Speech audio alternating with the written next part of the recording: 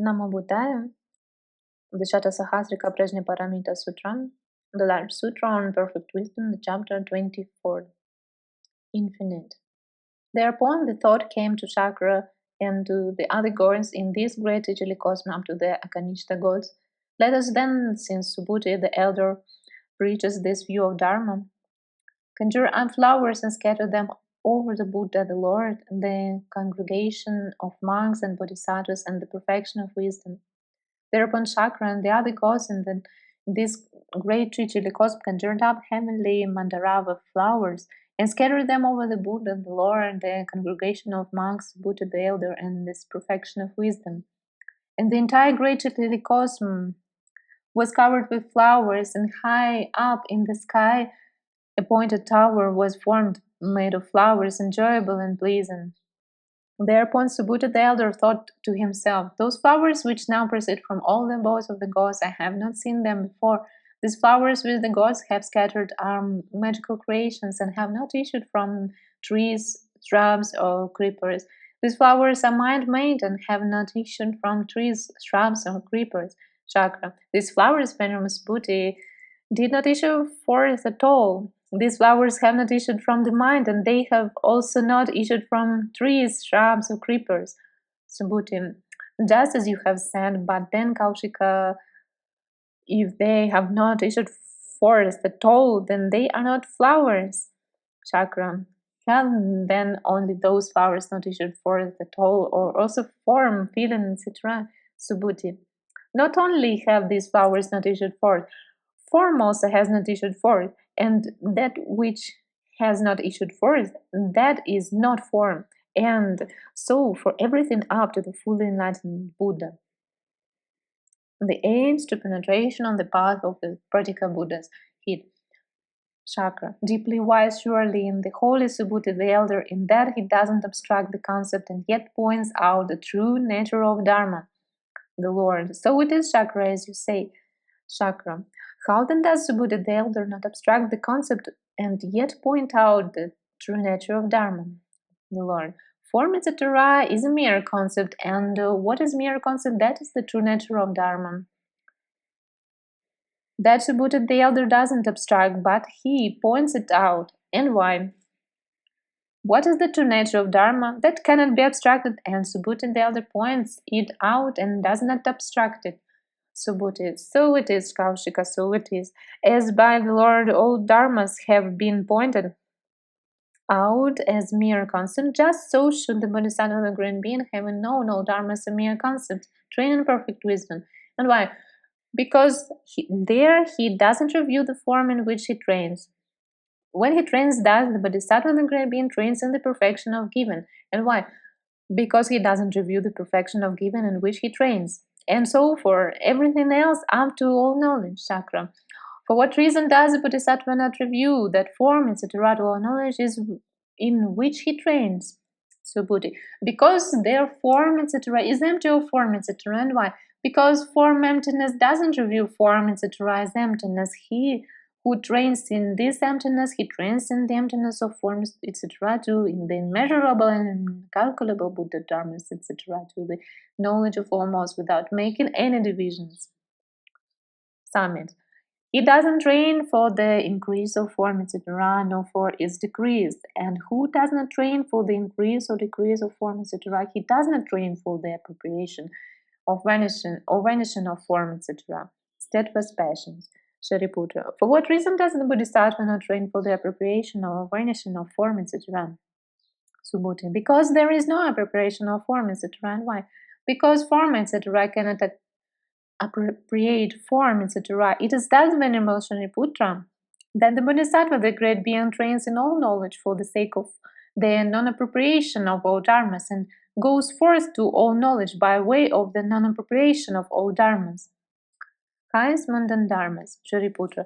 When he thus trains, how will the Bodhisattva, the great being, when he has trained for the non-appropriation and non-vanishing of all dharmas, go forth to all knowledge? Subhuti.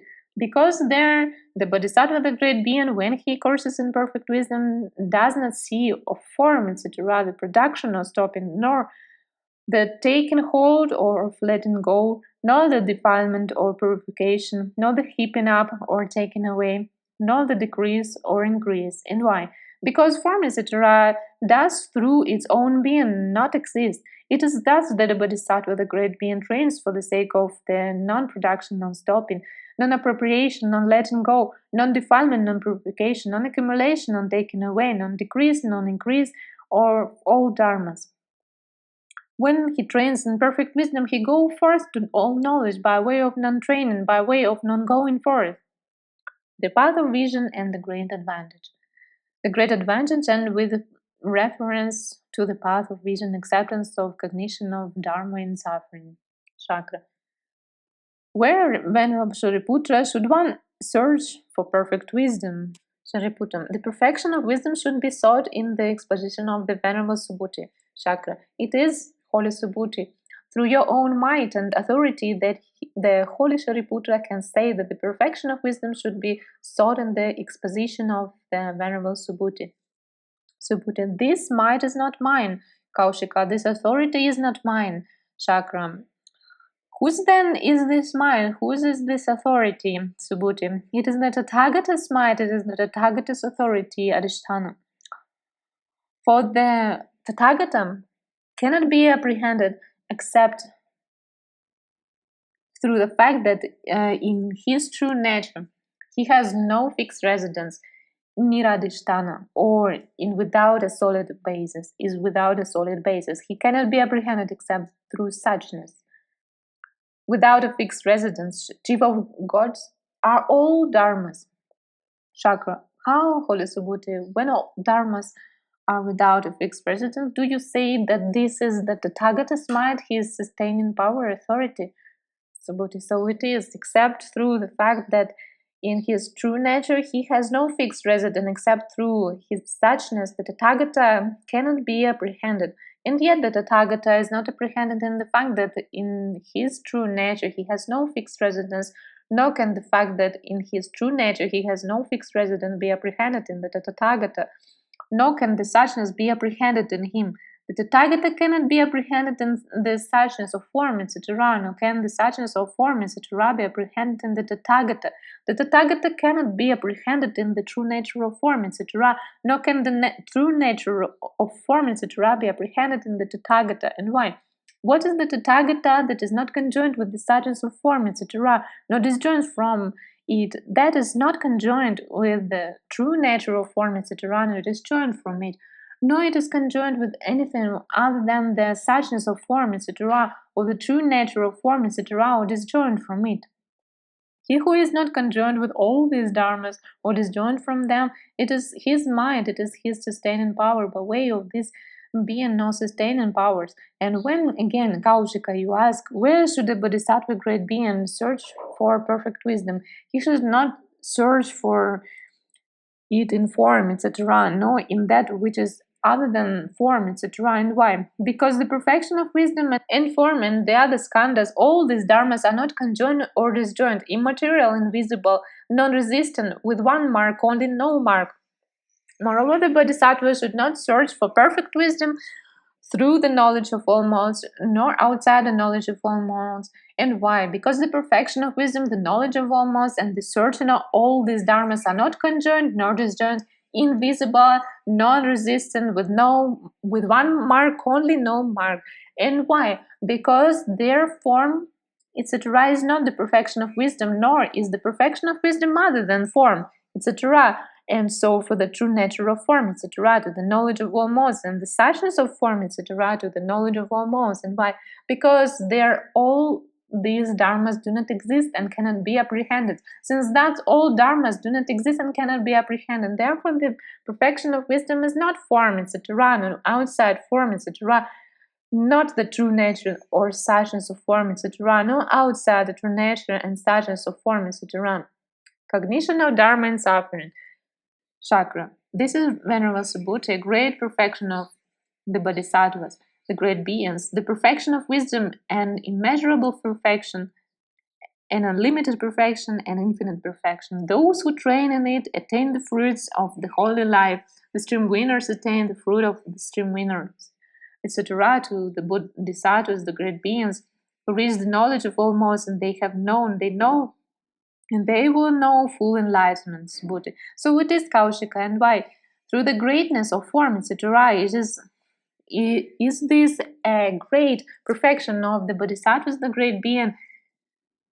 And why? Because of form, etc., no beginning can be apprehended, no end and no middle. In this way, in this a great perfection of the Bodhisattvas, the great beings, acceptance on subsequent cognition of Dharma and suffering. Through the immeasurableness of form, etc., is this an immeasurable perfection of the Bodhisattvas, the great beings? And why? Because of form, etc., no measure can be apprehended. Just as no measure can be apprehended of space, so form, etc. To the measurelessness of space is the measurelessness of form, etc. And through the measurelessness of form, etc., is the measurelessness of the perfection of wisdom. In this way is this an immeasurable perfection of the Bodhisattva, the great beings. Subsequent cognition of suffering. Through the unlimitedness of form, etc., is this an unlimited perfection of the Bodhisattvas, the great beings. Just as no limit can be apprehended of space, so also of form, etc., through the unlimitedness of space is the unlimitedness of form, etc., and through the unlimitedness of form, etc., is the unlimitedness of the perfection of wisdom. Acceptance of cognition of Dharma and origination. The negation of cause. Through the infinitude of form, etc., is this an infinite perfection of the Bodhisattvas, the great beings. Just as no one can be apprehended of space, so also of form, etc. Through the infinitude of space is the infinitude of form, etc. And through the infinitude of form, etc., is the infinitude of the perfection of wisdom. In this way is this an infinite perception of the Bodhisattvas, the great beings, on account of the infinitude of form, etc., to the knowledge of all modes. The negation of origination. Moreover, Kaushika, because of the infinitude of its subjective support, is this an infinite perception of the Bodhisattvas, the great beings, the imperfection of wisdom. Chakra. How is that so, Subhuti? Because of the infinitude of the objective support of the knowledge of all modes, is this an infinite perfection of the Bodhisattva, the great beings, the perfection of wisdom, the negation of the product. Moreover, Kaushika, because of the infinitude of the Dharma element as an objective support, is this an infinite perfection of the Bodhisattvas, the great beings, perfection of wisdom. Chakra.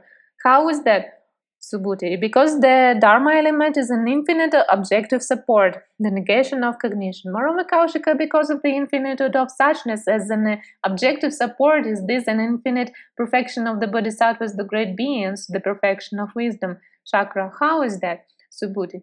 Because of the infinitude of suchness, is there an infinitude of it as an objective support.